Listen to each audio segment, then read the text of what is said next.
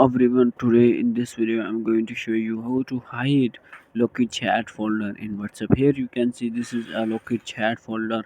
How to hide in WhatsApp? First of all, you have to tap on this Loki chat folder.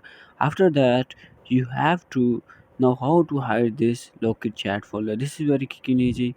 Let's jump right in. First of all, you have to tap on top right three dots. Here you can see, now click on chat log setting. Now here you have to enable this icon. After that, you have to click on this create new secret code.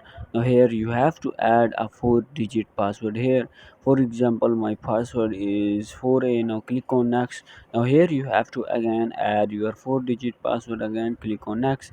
Now here you can see my folder is hidden. Now how to access this hidden folder?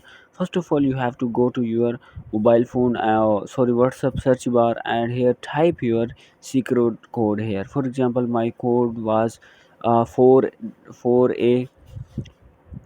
Now here you can see my Loki chat. Here in this way you can access Loki chat and hide Loki chat WhatsApp.